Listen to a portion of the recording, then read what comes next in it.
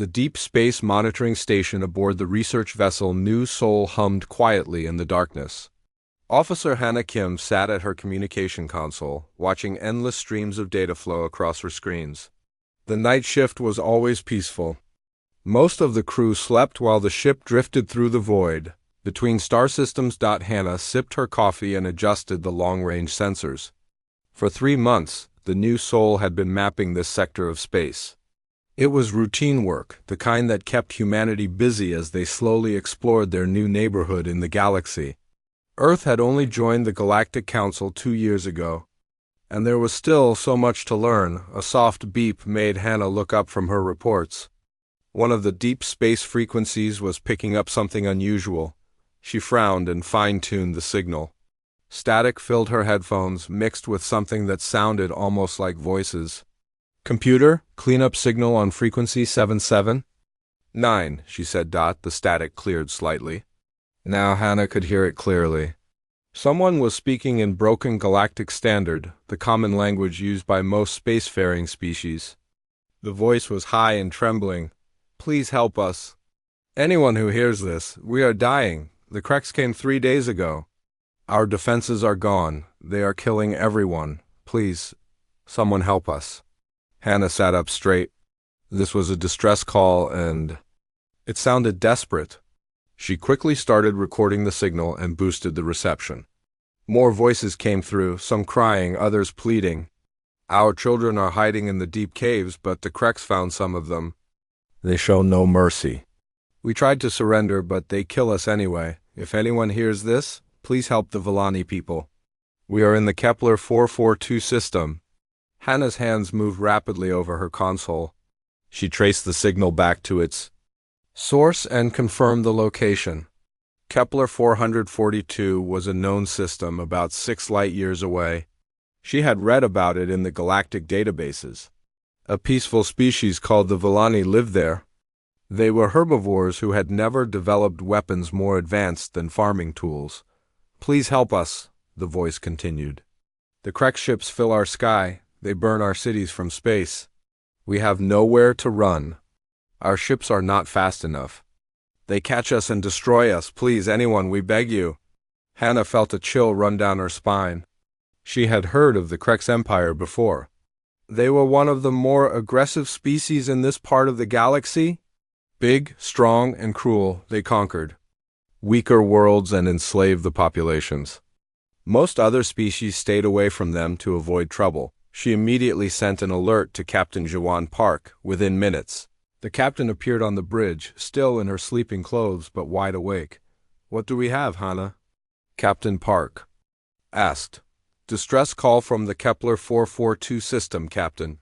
The Villani are under attack by the Kreks Empire." "It sounds bad."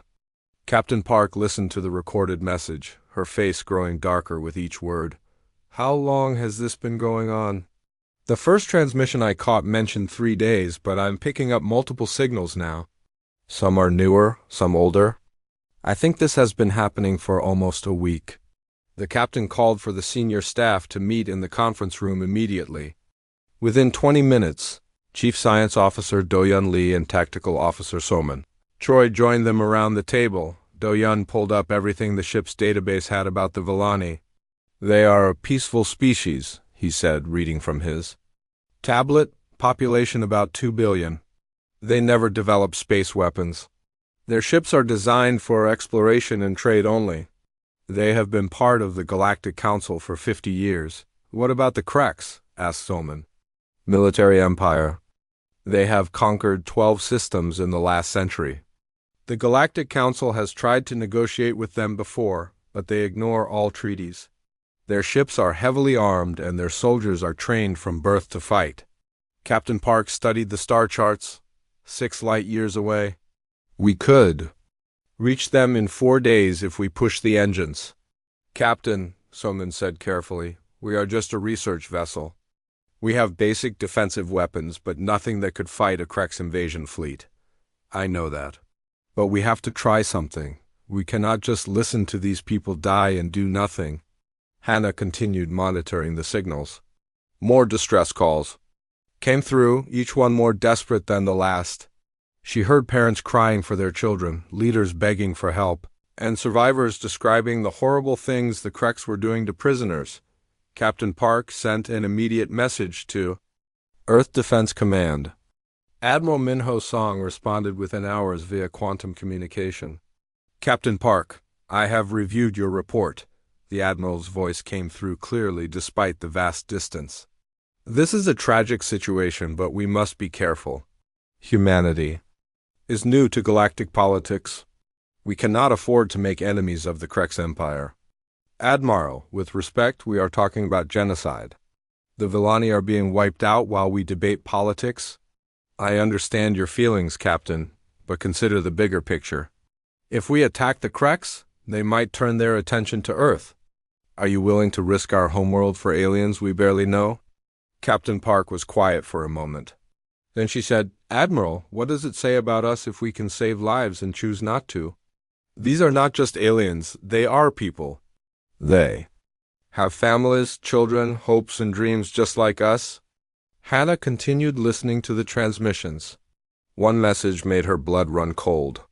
A young Villani voice, barely more than a child, whispered into the communicator. My parents told me to hide in the basement and call for help. The Krek soldiers came to our house. I heard terrible sounds upstairs. Now everything is quiet. I am scared. Please, someone help us. I do not want to die alone. Hannah played the recording for the others. The room fell silent. Admiral Song's voice came back after a long pause. Captain, patch me through to the Galactic Council. I want to know what other species are doing about this situation. The response came back quickly. The Galactic Council had discussed the Kreks invasion of Villani space. Most member species agreed. It was unfortunate, but felt that military action would be too costly. Some species had economic agreements with the Kreks and did not want to risk those relationships. Others simply did not have the military power to challenge the Kreks Empire. So they are just going to let it happen? Captain Park asked. It appears. So, Admiral Song replied. The official position is that intervention would destabilize the region and possibly start a larger war. Hannah looked up from her station. Admiral, I am still receiving distress calls, but they are getting weaker. I think the Kreks are destroying the communication centers. Captain Park stood up. Admiral, I request permission to proceed to Kepler 442 with whatever support Earth can provide. Captain, even if I sent our entire fleet, it would not be enough to fight the Kreks invasion force. Then we die trying. But we do not abandon innocent people when we have the power to help them. The bridge was quiet except for the soft beeping of instruments and the occasional burst of static from the Villani distress signals. Finally, Admiral Song spoke. Very well, Captain. I am authorizing the mobilization of our deepest space fleet. If humanity is going to take a stand, we will do it properly. You have your orders. As the transmission ended, Hannah detected something new in the signals from Kepler 442. Hope. Word had somehow reached the Villani that someone was coming to help. Their messages changed from desperate pleas to expressions of amazement that strangers would risk their lives for people they had never met. Captain Park looked around the bridge. Set course for Earth. We have a fleet to build. Earth had never moved so fast. Within hours of Admiral Minho Song's decision, every shipyard from Luna to Mars began working around the clock. Fleet Admiral Kyung Seo stood in the command center at Luna Base, watching displays that showed humanity's entire space fleet gathering for the first time. Status report, Admiral Kyung called out. 17 heavy cruisers ready for departure, reported his aide. 23 destroyers are finishing final checks. The carrier groups will be ready in 6 hours, Admiral Kyung nodded. He was a quiet man who had spent 30 years building Earth's space navy from nothing. Now he would lead it into its first real battle. The thought both excited and terrified him. In the massive shipyards of Mars, engineer Taeyun Shin worked without sleep. His job was to prepare the flagship Indomitable for deep space combat. The ship was huge, built with thick armor plating that could withstand asteroid impacts. While other species built elegant ships with energy shields, humans built ships like tanks, Sir, the alien observers are asking about our weapon systems again, said his assistant. Taeyun wiped grease from his hands. Several alien species had sent representatives to watch humanity's military preparations. They seemed confused by human ship design. Tell them the same thing I told them yesterday. We use kinetic weapons because they work.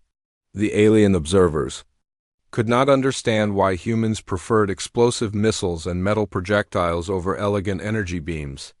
What they did not know was that Earth's violent history had taught humans to build weapons that could punch through any defense. Load the torpedo bays with armor-piercing rounds, Taeyun ordered, and double-check the railgun systems. I want every shot to count.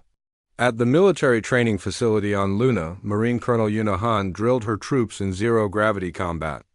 The soldiers moved through training modules that simulated boarding enemy ships. They carried weapons that would have shocked most alien species with their brutal efficiency. Remember, most alien ships are built for creatures that evolved in light gravity, Colonel Yuna shouted. They will not expect us to move this fast or hit this hard. Use that advantage.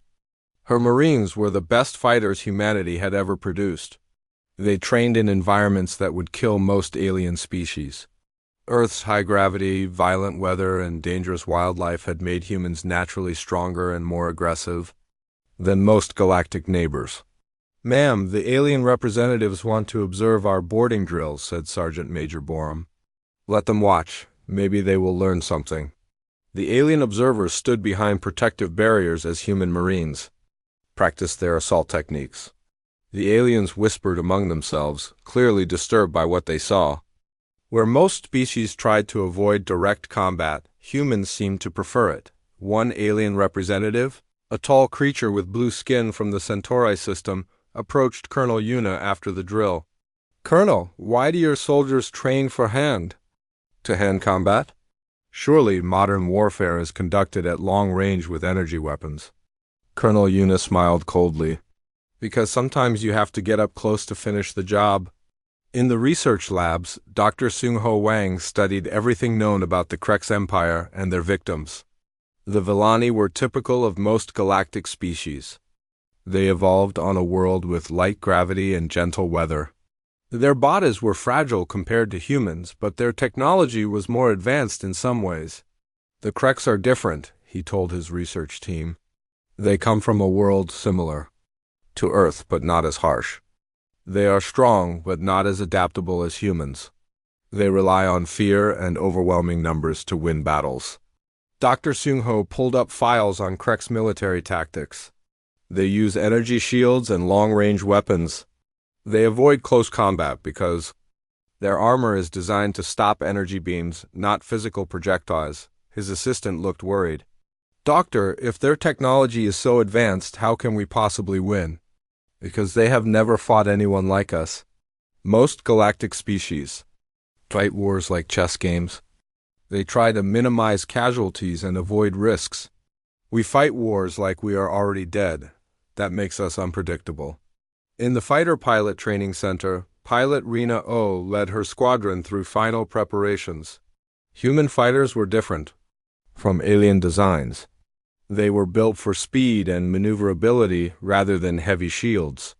The pilots who flew them were trained to take risks that would terrify most species. Listen up, Rena told her pilots. The Krex will expect us to fight. Like other galactic species? Long range, careful, avoiding losses. We are going to hit them fast and hard before they know what happened. Her squadron consisted of pilots from around Earth. They came from different countries and backgrounds, but they all shared the same aggressive flying style that made human pilots famous throughout known space. What if we run out of ammunition? Asked one young pilot. Then we ram them, Rena said simply. Whatever it takes to complete the mission. The alien observers who heard this comment looked shocked. The idea of deliberately crashing one's ship into an enemy was considered insane by most galactic standards. In the medical bays, Chief Medical Officer Giwan Nam prepared field hospitals for both human and alien casualties. He had studied Villani biology and was ready to treat wounded civilians once the fleet reached their world. Sir, the medical supplies are loaded, reported his head nurse. We have enough to treat thousands of casualties. Good, from what I have. Read about Krek's tactics. We will need every medical bed we can get. Gewon had seen the reports from other worlds conquered by the Kreks. They did not just kill soldiers.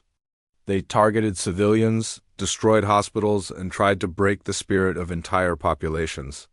It was a form of warfare that disgusted most humans. As the fleet prepared to depart, representatives from other galactic species arrived to observe. They came from dozens of different worlds, all curious about humanity's response to the Krek's invasion. Ambassador Veltar from the Rigel system spoke with Admiral Kyung. Admiral, surely you realize this mission is hopeless. The Kreks have never been defeated in battle. Your fleet will be destroyed. Maybe, Admiral Kyung replied. But we will not abandon innocent people just because the odds are bad. But why? The Villani are not even your species. You gain nothing by helping them. Admiral Kyung looked out at the assembled fleet. Hundreds of ships filled the space around Luna, their crews preparing for a battle they might not survive. Ambassador, let me ask you something. If your people were being slaughtered and you called for help, would you want us to calculate the odds first? Or would you want us to come running? The alien ambassador had no answer. As the final preparations were completed, Captain Jawan Park arrived aboard the New Soul to join the fleet.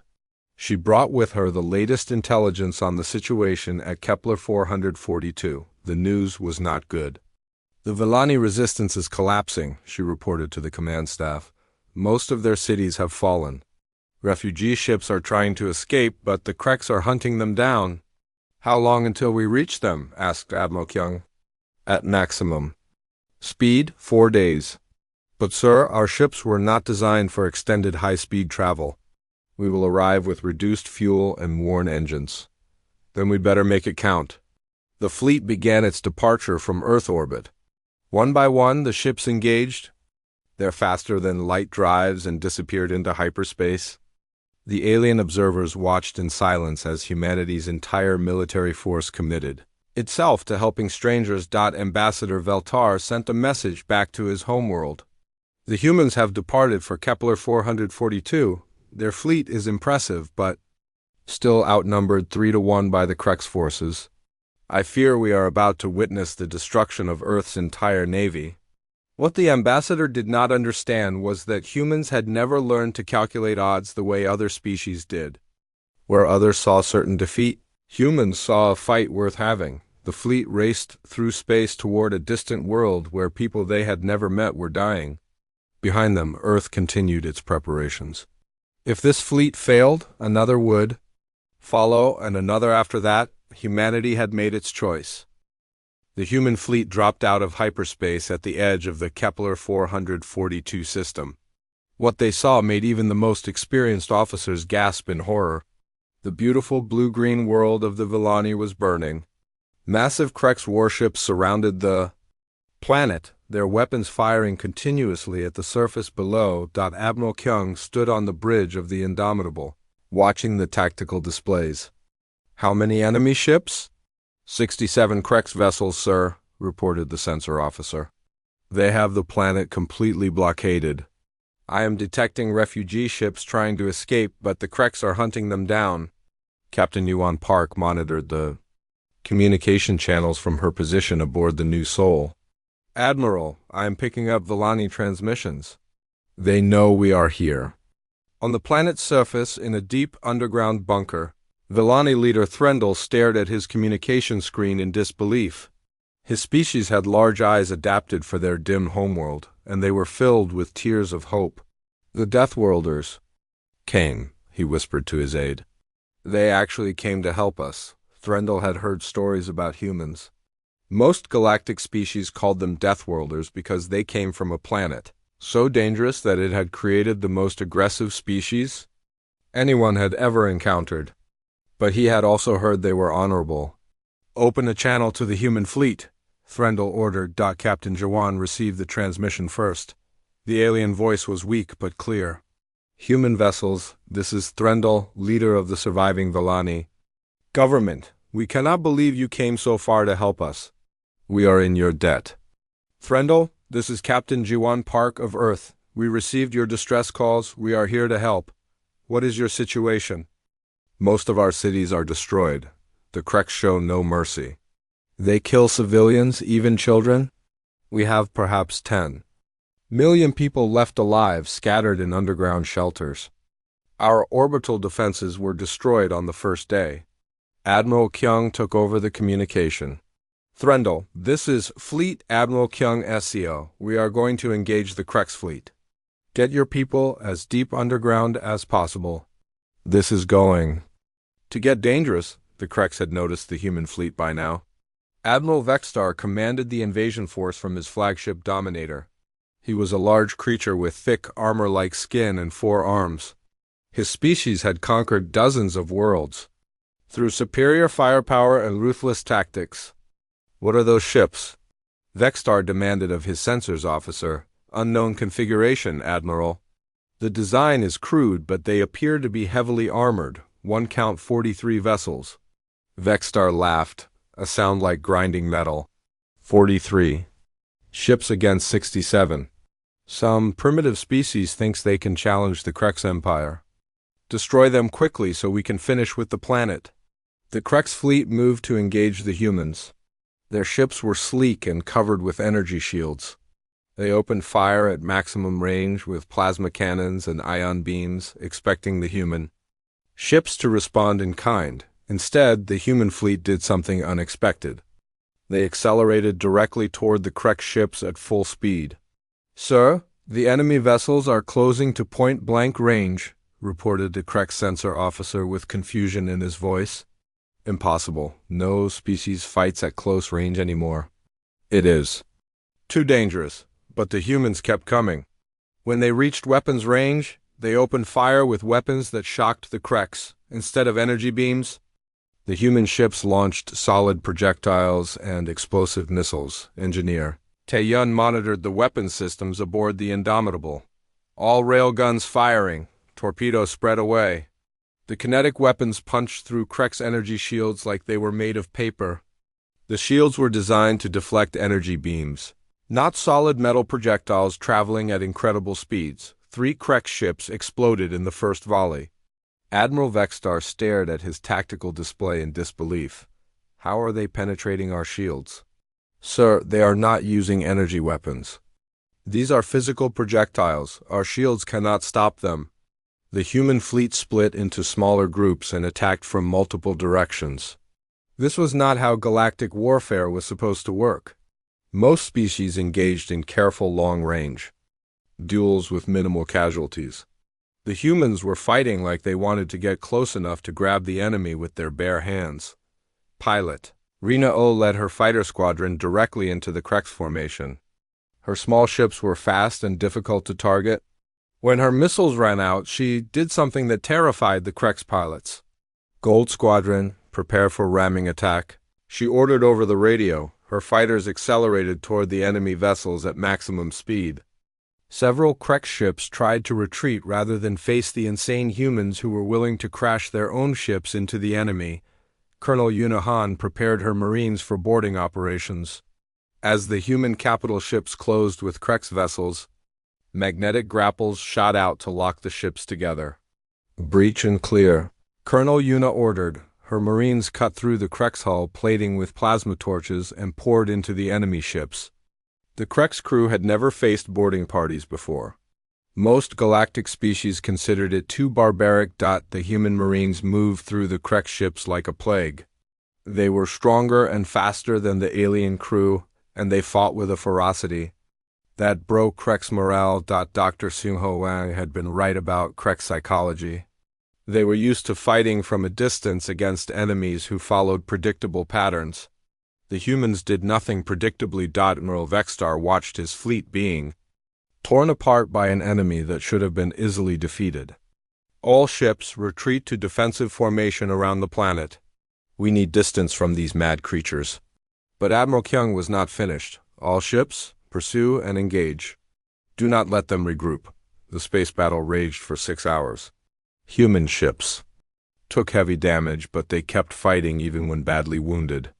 Several human vessels continued firing even as they were breaking apart. The Kreks had never seen anything like it. When a Krek ship was damaged, it retreated for repairs. When a human ship was damaged, it seemed to fight even harder. Medic go on. Nam worked frantically in the medical bays as wounded were brought in from the damaged ships. He treated injuries that would have killed most alien species. But the human patients insisted on returning to battle as soon as they could walk. "Doctor, we need to get back to our guns," said one wounded Marine with his arm in a sling. "You have 3 broken ribs and a concussion?" Gwan replied. "So, the fight is not over yet." As the battle continued, more Krek ships were destroyed or disabled. Admiral Vextar realized something horrible. His superior numbers meant nothing if his crews would not fight. "Admiral, the humans have destroyed or captured 20 of our ships," his aide reported. "Our crews are requesting permission to withdraw." "Withdraw? We are the Krex Empire. We do not retreat from primitives." But his ships were already pulling back. The human fleet pressed their advantage, continuing to close range and use their devastating kinetic weapons on the planet's surface. Thranduil monitored the space battle with amazement. "They are actually winning," he told his staff. "The Deathworlders are driving off the Kreks, but the victory came at a cost." The human fleet had lost 8 ships completely, and most of the others were heavily damaged. Admiral Kyung looked around his bridge, which was filled with smoke and sparking electronics. Status report. "We have 40% casualties across the fleet, sir." "But the Kreks are retreating to the outer system. The orbital space around the planet is clear." Captain Yuan opened communications with the planet. "Thranduil, the immediate threat is over. We are sending down medical teams and supplies." "Captain, we do not understand. Why did you come so far to help people you do not?" "No? Why did your people risk their lives for us?" Captain Jiwan thought for a moment before answering. "Because it was the right thing to do. Where we come from, you do not abandon people who need help just because it is dangerous."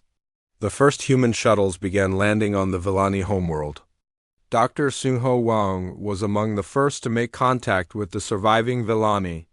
What he found was a species that had been pushed to the edge of extinction but had never lost hope. "Your people saved us," Thranduil said when they met face to face. "We will never forget this debt." "There is no debt," Dr. Sungho replied. "Helping others is what people do." But the celebration was premature. Admiral Vextar had retreated to the edge of the system and was calling for reinforcements. The real battle was yet to come. 2 days after the first battle, the sensors aboard the Indomitable detected massive energy signatures at the edge of the Kepler 442 system. Admiral Kyung studied the readings with a heavy heart. What he saw would have made most commanders surrender. Immediately, "How many ships?" he asked quietly. 130 Krex vessels, sir," reported the sensor officer. 3 times our remaining strength. They have brought their entire sector fleet." Admiral Kyung looked around his damaged bridge. Half his fleet was gone or too damaged to fight effectively. His remaining ships were running low on ammunition and supplies. Against any reasonable military thinking, they should retreat immediately, but Admiral Kyung was human. "Signal all ships. Prepare for final engagement." We knew this might happen. On the planet below, Thranduil monitored the communications between human ships. He could hear the fear in some voices, but also something else, determination that went beyond normal military duty. "Admiral Kyung," Thranduil transmitted from his bunker. "You have done enough. Your people should leave while they can. We understand." "Thranduil, we did not come here to do enough. We came here to finish the job." Admiral Vextar commanded the massive Krex reinforcement fleet from his new flagship Annihilator. This ship was twice the size of anything in the human fleet, armed with weapons that could destroy entire cities. He was confident that this time the strange Deathworlders would be crushed. "Admiral, the human fleet is not retreating," his aide reported with surprise. "Good, I want to see these creatures die slowly. They humiliated me in the first battle. Now they will pay." The Krex fleet advanced in perfect formation. Their strategy was simple.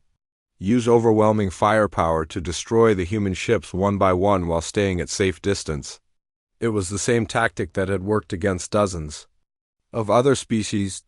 Admiral Kyung gathered his remaining ship commanders for a final meeting via video link. Captain Jiwon was there, along with Colonel Yuna, Pilot Rina, and the other survivors. "Everyone knows the situation," Admiral Kyung began. "We are outnumbered 3-1 by fresh enemy ships. Our ammunition is low and our ships are damaged. By all military logic, we should retreat." The video screens showed faces that were tired but not defeated. "But we are not here because of military logic. We are here because innocent people need help. The Villani are counting on us. Earth is counting on us. And somewhere out there, other species are watching to see what humans do when the odds are." "Impossible." Captain Jiwon spoke first. "Admiral, the new soul is ready for battle. We will not abandon these people." One by one, the other commanders agreed. They would fight to the last ship, the last bullet, the last breath. Admiral Kyung authorized Protocol Terran, humanity's most desperate military doctrine. When facing certain defeat, human forces would focus entirely on inflicting maximum damage on the enemy, regardless of cost to themselves. All ships implement Protocol Terran. Target priority is the enemy command ship. If we are going to die, we take their leadership with us. Engineer Taeyun received orders that made his blood run cold. He was to prepare the Indomitable's reactor for overload. If the ship was about to be destroyed, he would turn it into a massive bomb. "Sir, are you sure about this?" his assistant asked. "The Admiral is right. If we are going to lose, we make sure they remember this day forever." The final battle began when the Krex fleet opened fire at maximum range. Their plasma beams and ion cannons lit up space like a deadly aurora. The human ships charged forward into the storm of energy. 3 human vessels were destroyed in the first minutes. But the survivors kept coming, their kinetic weapons already firing back. Pilot Rina led her reduced fighter squadron in a desperate attack on the Krex flagship. Her pilots knew it was a suicide mission, but they flew anyway. Their small ships danced between the massive enemy vessels, drawing fire away from the capital ships. "Gold leader to all fighters," Rina called over the radio. "We are going to hit them where it hurts." "Follow my lead." Her fighters dove toward the annihilators. Bridge section. Krex point defense systems filled space with deadly fire, but the human pilots kept coming. One by one, Rina's fighters were shot down, but each one that died took enemy weapons with them. Rina's own fighter was hit and began spinning out of control. Instead of trying to save herself, she aimed her damaged ship directly at the enemy. Flagship's main weapons array. "Tell my family I flew well," she transmitted, then crashed into the Krex ship in a ball of fire. Colonel Yuna led the most desperate boarding action in human history. Her Marines used every trick they had learned about Krex ship design to get inside the enemy vessels. Once aboard, they fought like demons through the corridors. "Remember, we are not trying to capture these ships," she told her troops. "We are here to break them." Her Marines reached the reactor sections of several Krex vessels and set off explosive charges. The resulting explosions destroyed not just those ships, but damaged others nearby. Dr. Seung-ho Wang worked frantically to coordinate the evacuation of Villani civilians while the battle raged overhead. His shuttles flew through the combat zone, picking up survivors and taking them to safer locations. "Doctor, one of the shuttles was hit," reported his aide. 20 Villani children were aboard. Dr. Seung-ho felt rage build in his chest. The Krex were still trying to kill innocents even while fighting the human fleet. Medic Giwan Nam treated, wounded in the medical bay as the ship shook from enemy fire. Many of his patients insisted on returning to battle despite serious injuries. "Doc, tape me up and get me back to my gun," said a Marine with burns covering half his body. "You need surgery." "The surgery can wait. The Krex cannot." Captain Jiwon piloted the new soul directly toward the enemy flagship. Her research vessel was never meant for combat, but she had armed it with every weapon she could find. "All hands prepare for ramming speed," she announced over the ship's communication system. Admiral Vextar watched in horror as human ships kept fighting even when they were clearly dying. One human cruiser continued firing its weapons even as its hull broke apart. Another ship rammed a Krek's destroyer rather than let it escape. "These creatures are insane," he said to his aide. "They fight like they are already dead." "Admiral, we have lost 40 ships and the humans are still attacking.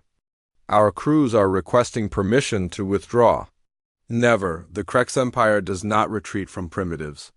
But Admiral Kyung had saved his most desperate move for last. The Indomitable, heavily damaged and nearly out of ammunition, began its final run toward the Annihilator. "All crew to escape pods," Admiral Kyung ordered. "Taeyan, begin reactor overload sequence." "Sir, the reactor explosion will destroy everything within 10 kilometers. "That includes us." "I know. Do it anyway." Engineer Taeyan set the overload with tears in his eyes. The Indomitable accelerated toward the enemy flagship, its reactor building toward a critical explosion.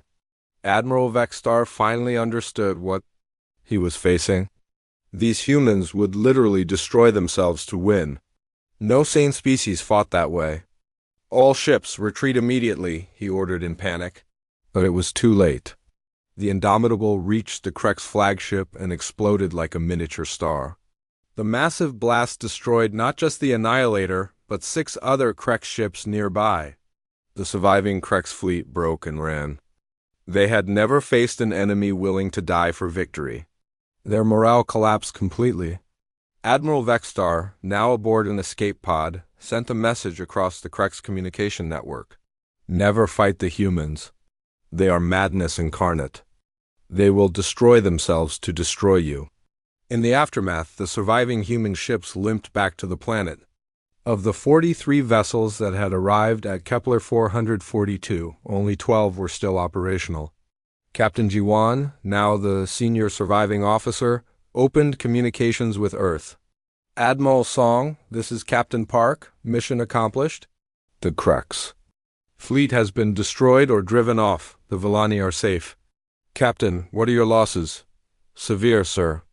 But the mission was worth it." On the planet's surface, Thrandal met with Dr. Seung-ho Wang in person. The Villani leader was still amazed by what he had witnessed. "Your people saved my entire species," Thrandal said. "How can we ever repay such a debt?" "By living good lives and helping others when you can," Dr. Seung-ho replied. "That is what my people would want?" Word of the battle spread across the galaxy within days. Dozens of species that had been oppressed by stronger neighbors began sending distress calls to Earth. They had heard that humans would fight for strangers, even against impossible odds. Hana Kim, now promoted to communications director, monitored the flood of requests for help. "Captain, we are receiving over 50 distress calls from different systems. Everyone has heard what happened here." Captain Jiwan looked out at the stars. Somewhere out there, other innocent people were suffering while their neighbors did nothing to help. "Send word to Earth. Tell them to start building more ships. It looks like humanity has a new job in the galaxy." Admiral Min-ho Song addressed the United Nations back on Earth. "Ladies and gentlemen, we sent a fleet to save one species. Instead, we seem to have become the galaxy's unofficial peacekeepers. The question is, are we ready for that responsibility?" The answer came quickly. Shipyards across the solar system began expanding. Military academies opened new programs. Humanity was preparing for a future where they would stand between the strong and the weak across the galaxy. As the memorial services were held for the heroes who died at Kepler 442, one message was carved into monuments across human space. They died so strangers could live. This is the human way. The galaxy had learned something important about the species from the dangerous world called Earth. They would fight for anyone. They would die for anyone. And that made them the most dangerous species in the galaxy, not because of their weapons, but because of their hearts.